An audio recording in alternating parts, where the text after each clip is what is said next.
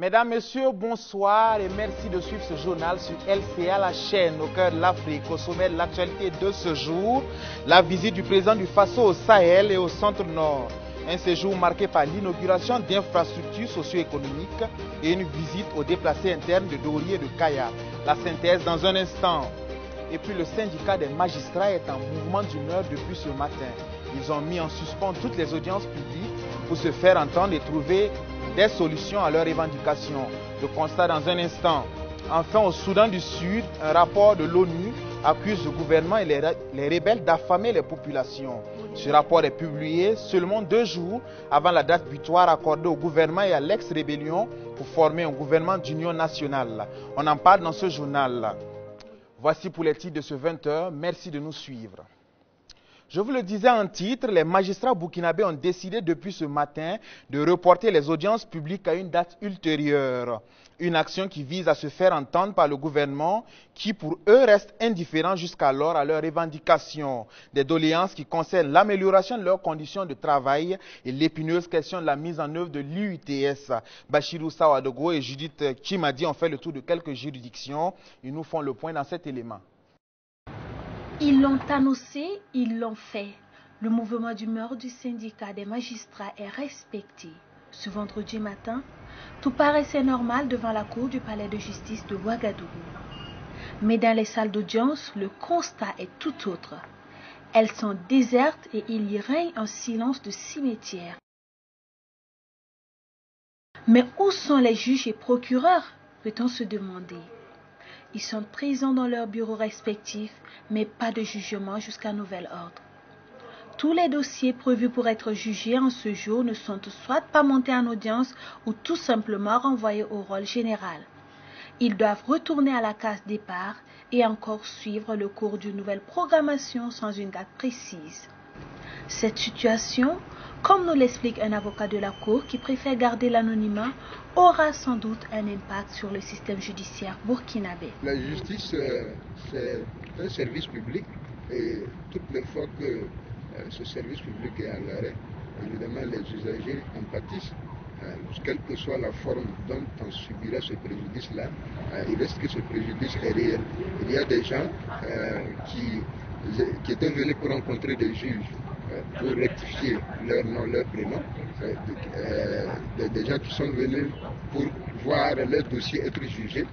Du coup, tous ces dossiers sont renvoyés. Vous voyez que ça vous fait un temps que vous perdez. Ça vous fait... il y a des dossiers qui passent, donc les procédures d'urgence qui passent. Tout ça, ça ne sera pas jugé. Alors que tout ça, c'est contraire à l'urgence, donc qui commande que certains dossiers soient traités avec célérité. Bon, si tout ça, du coup, c'est mis à mal, vous voyez que, franchement, ça porte vraiment préjudice à nos clients, les justiciables. Les Omantos espèrent à travers cette manœuvre une bonne administration de la justice. Pour ce faire, le syndicat convie tous les magistrats à une assemblée générale le 1er mars prochain. Il est inscrit à l'ordre du jour de cette assemblée les points en rapport avec l'IUTS, l'état critique des locaux de certaines juridictions, l'inadéquation du dispositif sécuritaire dans certaines juridictions et l'ineffectivité de certains droits de magistrats. Mais avant le 1er mars, toutes les audiences publiques sont suspendues. Dans la même veine, la problématique de l'IUTS a contraint l'ensemble des syndicats des forces de sécurité intérieure à tenir une rencontre urgente ce vendredi même, selon les termes d'un communiqué conjoint signé des 10 syndicats. Ils ont condamné l'extension de l'IUTS aux primes et indemnités et ont convenu de faire une déclaration commune à cet effet dans les jours à venir à l'adresse du Premier ministre. Ils invitent leurs militants douaniers, policiers, forestiers et pénitentiaires à se tenir prêts pour d'éventuels mots d'ordre. Je leur ai témoigné ma solidarité, mon affection en ces moments très difficiles pour notre peuple. J'ai salué leur résilience et je les ai assurés de toutes les mesures que nous prendrons ensemble pour leur permettre de rejoindre leurs terres qu'ils ont abandonnées. C'est le message de solidarité et de réconfort que le président du Faso est allé donner aux déplacés internes de la ville de Dori et de Kaya. C'était hier en marge de l'inauguration du centre hospitalier régional de Dori et de sa nouvelle gare routière. Plus que des mots, un geste qui se veut conciliant et réconfortant pour ces populations confrontées à la crise sécuritaire qui frappe leur région depuis des années déjà. On fait le point de cette visite avec Oumou Konaté et Constantin Sieda. Un hôpital rénové pour mieux prendre en charge les malades, une nouvelle gare routière pour améliorer les transports des personnes et des biens. Il y a de quoi insuffler une dynamique nouvelle à l'économie de la province du Sénou. La population s'est mobilisée pour accueillir le chef de l'État venu inaugurer personnellement ces infrastructures. Ce sont des réalisations du PADEL, le programme d'appui au développement des économies locales lancé ici même en novembre 2016 dans la région du Sahel. L'objectif est de lutter contre la pauvreté et de réduire les disparités dans les régions et entre les régions. La réhabilitation du centre hospitalier régional aura nécessité plus de 200 millions de francs CFA. 200 millions d'investissements par lesquels l'État veut montrer que le Sahel n'est pas du tout abandonné. Un message qui devrait redonner espoir à des millions de personnes qui vivent dans cette région éprouvée par les attaques terroristes. Avant de regagner Ouagadougou, le président Kaboré est allé passer le quotidien des déplacés internes. Dans l'ensemble du pays, ils sont plus de 700 000 avec un fort contingent localisé à Dori et à Kaya. Quand on est déplacé, on n'est jamais en bonne condition. Les conditions restent toujours difficiles et le souhait de chacun, c'est de retourner chez lui. Touché par la triste réalité des camps des réfugiés, Roch Kaboré en appelle à la solidarité nationale. La nécessité d'une solidarité au niveau national est importante parce que ceux qui sont au Sahel, ceux qui sont à la boucle de Moun, ceux qui sont au centre-nord et au nord, et ceux qui sont dans d'autres régions où ces attaques sont, où il y a beaucoup de déplacés, ce sont des Burkinabés. Et notre solidarité est fondamentale pour permettre effectivement de pouvoir appuyer les difficultés de ces personnes, les aider à se sentir effectivement épaulés en attendant qu'avec l'aide des forces de défense et de sécurité, nous puissions, je dirais, ramener la paix au Burkina Faso. Soucieux de l'amélioration du système de santé au profit des populations, le chef de l'État exprime son intention de construire un CHU à Dori. Et c'est par une signature officielle dans le livre d'or du CHR que le président Kaboré promet mener une étude pour la réalisation de ce centre hospitalier universitaire. Restons toujours dans la région du Sahel, à Djibo. Depuis quelques jours, les compagnies de transport en commun ont stoppé leur point de ralliement par crainte pour leur vie. À côté de cela, les voies stratégiques sont détruites, toute chose qui nourrit la psychose et la crainte auprès des populations. Djibo serait-il abandonné par le pouvoir de Ouagadougou? S'interroge Dick Marcus, artiste musicien et ressortissant de la ville. Benjamin Kwame et Achille Ouedraogo ont rencontré l'artiste qui est visiblement très révolté. Depuis quelques jours, nous avons des informations qui circulent ça et là. La ville de Djibo, nous sommes bien sûr au Burkina Faso, serait desserte en termes de transport en commun. Les transporteurs n'arrivent visiblement pas à y aller à cause de la situation sécuritaire. Et pour bien comprendre cette situation, justement, nous avons rencontré un ressortissant de la ville de Djibo qui est bien connu au niveau de la culture au Burkina Faso. L'homme dit en savoir beaucoup sur cette question. Nous l'avons rencontré au Sinaza. Allons-y pour la substance de cette rencontre. Le goudron de Djibo a commencé depuis 2016. Il devait être exécuté en 2 ans. Rien ne s'est passé aujourd'hui. Jusqu'à maintenant, on n'a pas vu de goudron. On ne nous a pas expliqué quelque chose. Le ministre des Infrastructures ne nous dit rien du tout. Je pense quand même que nous sommes des citoyens de ce pays. On nous doit des comptes. 210 km. Voici la distance entre la ville de Djibo et la capitale burkinabé Ouagadougou. Selon plusieurs sources locales, les compagnies de transport opérant sur l'axe Djibo-Ouaga ne convoient plus les voyageurs en direction de cette partie du Burkina. Cet axe n'est pas bitumé et donc un endroit favorable pour les terroristes pour placer donc les engins explosifs et commettre les exactions. Une situation qui écœure Dick Marcus, ressortissant de la ville. Ça fait pratiquement autour d'une semaine qu'il n'y a aucun bus de transport qui va dans le sens Djibo-Ouaga ou de Ouaga-Djibo. Donc, et ce qui nous écœure, qui nous révolte un peu, c'est le fait que le gouvernement ne dit même pas mot. Ils ont fait le conseil des ministres la dernière fois. On n'a même pas parlé de ça comme si c'est rien du tout. Alors que c'est un sérieux problème. Il faut quand même qu'on permette aux populations de se déplacer. Moi, ce qui me fait mal dans cette affaire, on fait croire que Djibo, ça va. Alors que rien ne va à Djibo. Au-delà du bus, il y a plein d'autres problèmes qui sont là. Plusieurs personnes ont perdu d'ailleurs la vie sur ce tronçon Ouagadougou dans des attaques terroristes. Dick Marcus, dit Oumaro Diko, trouve révoltant que les citoyens d'une région ne puissent pas se rendre dans leur propre localité. Et tout ceci parce que les autorités ne prennent pas à bras le corps la situation qui prévaut à Djibo. C'est révoltant quand même que tu te réveilles, tu ne peux même pas aller dans ton village, il y a un problème. Il y a un problème. On ne peut pas s'asseoir à Ouaga faire croire que ça va à Djibo. Ça ne va pas à Djibo. Le président est là à Douli. Qu'est-ce qui l'empêchait d'arriver à Djibo? Il allait toucher de vivre ce qui se passe à Djibo. Là, ce n'est pas un conseiller, ce n'est pas un membre de renseignement, ce n'est personne. Il allait voir lui-même qu'est-ce qui se passe à Djibo. Il allait voir dans quelles conditions les gens de Djibo vivent. La situation de la route et des bus ne sont pas les seuls problèmes. Un maillon essentiel, c'est la quasi-inexistence des administrations. Aujourd'hui, le nombre de réfugiés qui sont de déplacés internes qui sont à Djibo dépasse la population même de Djibo elle-même. Donc comprenez le problème. Tu as l'ONEA qui ne tourne même pas, tu peux attendre 10 jours sans que ton robinet n'ouvre. La Sonabel, ils ont changé tous les compteurs ordinaires par des compteurs de cash power parce qu'ils sont incapables, aujourd'hui, au vu de la situation, de venir relever les index pour pouvoir facturer. Pour lui, cette ville Carrefour semble être délaissée par les autorités du pays. Plus question de se taire et regarder. Aujourd'hui, là, nous les ressortissants, on ne peut plus se taire. Moi, en tout cas, je ne peux plus me taire. Parce que j'ai dit, l'homme meurt une fois, l'homme ne meurt pas deux fois. Et je suis prêt, quel que soit ce qui va arriver, à assumer ce que je suis en train de faire. Parce que là, c'est de moi qu'il est question, c'est de ma famille qu'il est question, c'est des ressortissants de mon pays qu'il est question. Et Djibo, là, c'est une ville du Burkina Faso. Et ça me regarde. Aujourd'hui, la justice n'est même plus à Djibo. Les impôts ne sont pas à Djibo. La peste, etc., etc. Le secteur 5 même de Djibo, tu ne peux pas le dépasser aujourd'hui. Pour résoudre très vite ce problème de desserte des compagnies de transport, Dick Marcus propose ceci. Même si aujourd'hui une entreprise privée ne peut pas le faire, on peut confier au génie militaire qui est technique de pouvoir faire cette route-là de façon à ce que même les militaires, les FDS puissent quand même aller en sécurité. Parce qu'aujourd'hui, pour qu'eux-mêmes ils défendent les gens, il faut que quand même ils aient des goudrons. Parce que le plus gros problème aujourd'hui de notre armée, c'est les mines. L'artiste Rugeman déclare, je cite, « Impossible n'est pas burkinabé. Le gouvernement Roch Kaboré peut faire quelque chose pour Djibo et il doit faire quelque chose pour Djibo », a donc laissé entendre Dick Marcus face à cette situation qui donne l'impression à la ville d'être orpheline.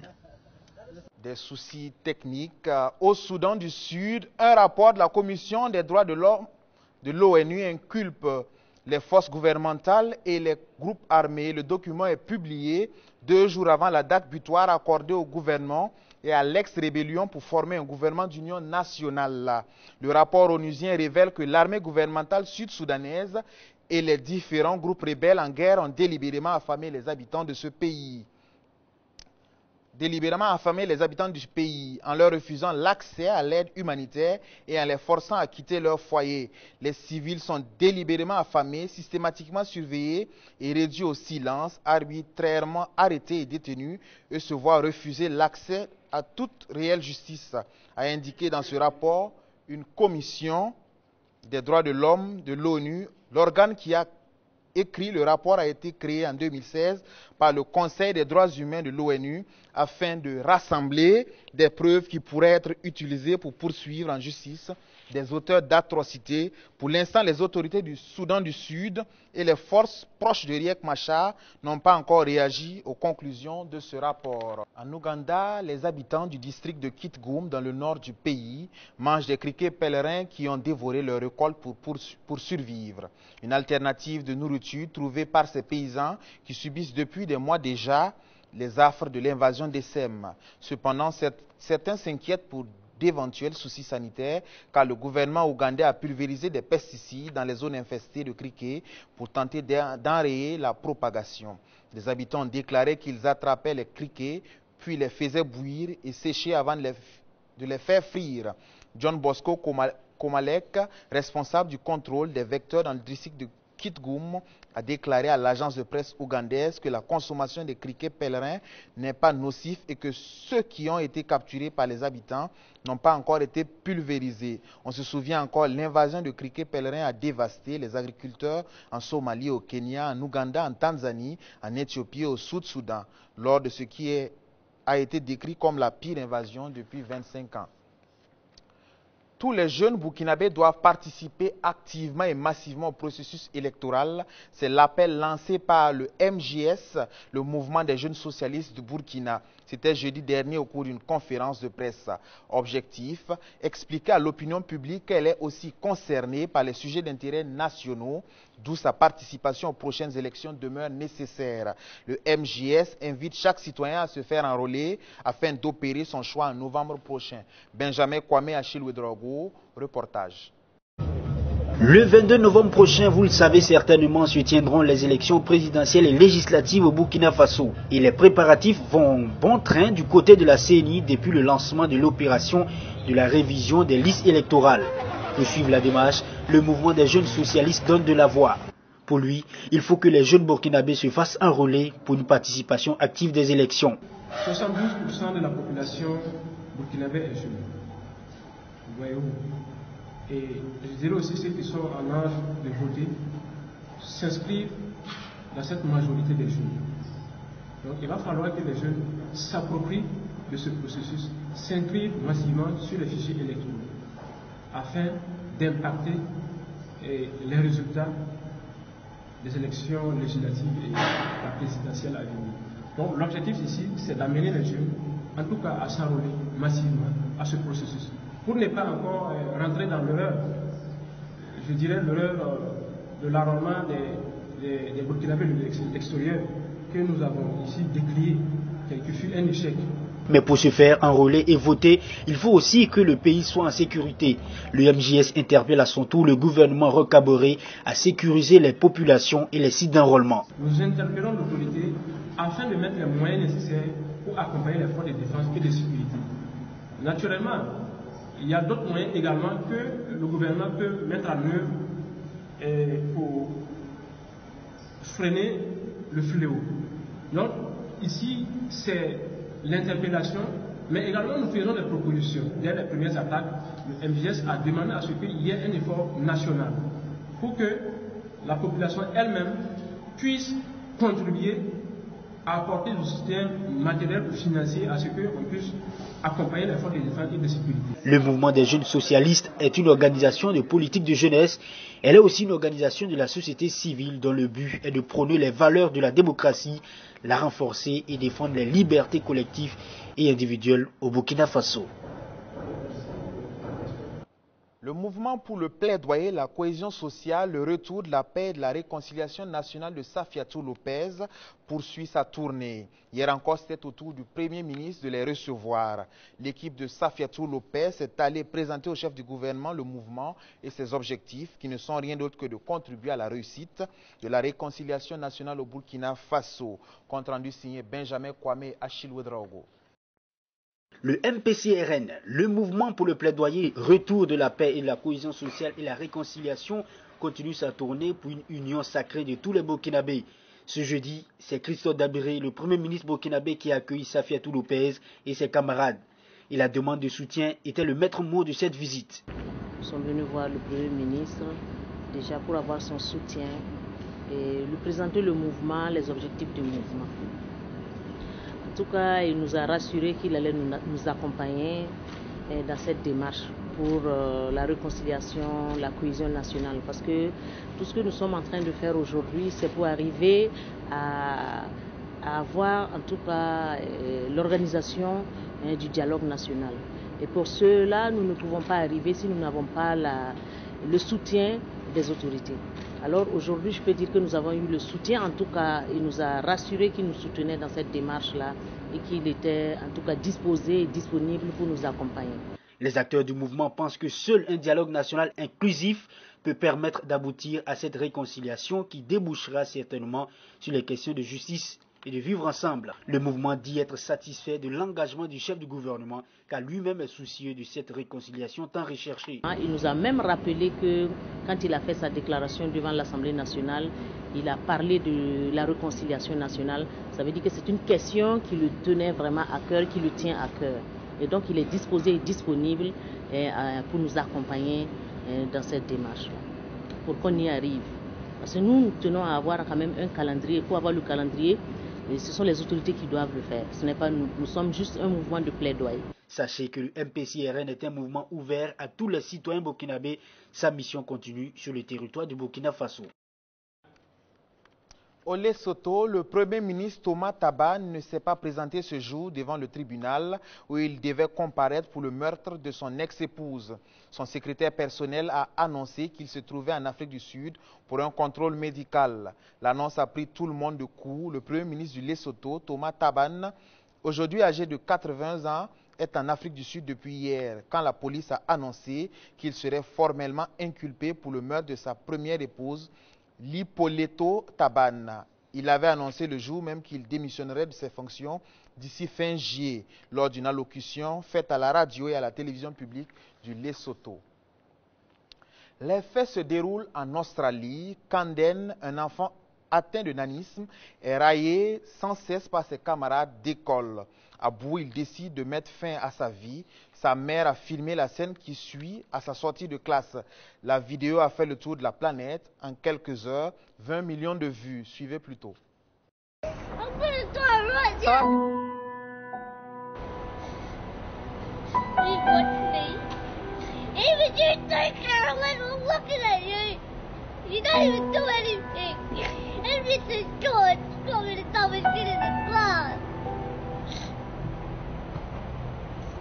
I just want to die right now. I just want to bang my head into a glass. I'm going to die right now. So I've just picked my son up from school, witnessed a bullying episode, rang the principal, and I want people to know, parents, educators, teachers, this is the effect that bullying has. I'm going to kill myself. This is what bullying does. So can you please educate your children, your families, your friends, because all it takes is for one more instant and you wonder why kids are killing themselves. Give me it right now. I'll freaking stab myself in the heart. And this is the impact bullying has on a 9-year-old kid that just wants to go to school, get an education and have fun, but every single freaking day something happens, another episode, another bullying, another taunt, another name calling. So is there any advice or support or anything that other parents or, families have done to help raise disability awareness and education within the school so that this doesn't happen? I've got some good advice, but I need more because this is the effect of bullying. This is what it's doing. And I want people to know how much it is hurting us as a family. I want people to educate their children. The whole anti-bullying shit isn't fucking working. And I've got a son that is so... Voilà une triste réalité. L'émoi est tel que le petit Kaden a été invité par son équipe de rugby favorite en Australie. Et cerise sur le gâteau, Enes Kanter, la star des Celtics, a aussi réagi. Le joueur de la NBA a invité le gamin de 9 ans aux États-Unis pour suivre un match de basketball. Comme quoi nous devons cultiver l'amour autour de nous. Et comme le disait Nelson Mandela, la haine n'est pas innée. Les hommes apprennent à haïr et s'ils peuvent apprendre la haine, alors on peut leur enseigner l'amour, car l'amour gagne plus naturellement le cœur humain que son contraire. Voilà qui met fin à ce journal. Merci de l'avoir suivi. Bonne suite de programme sur LCA.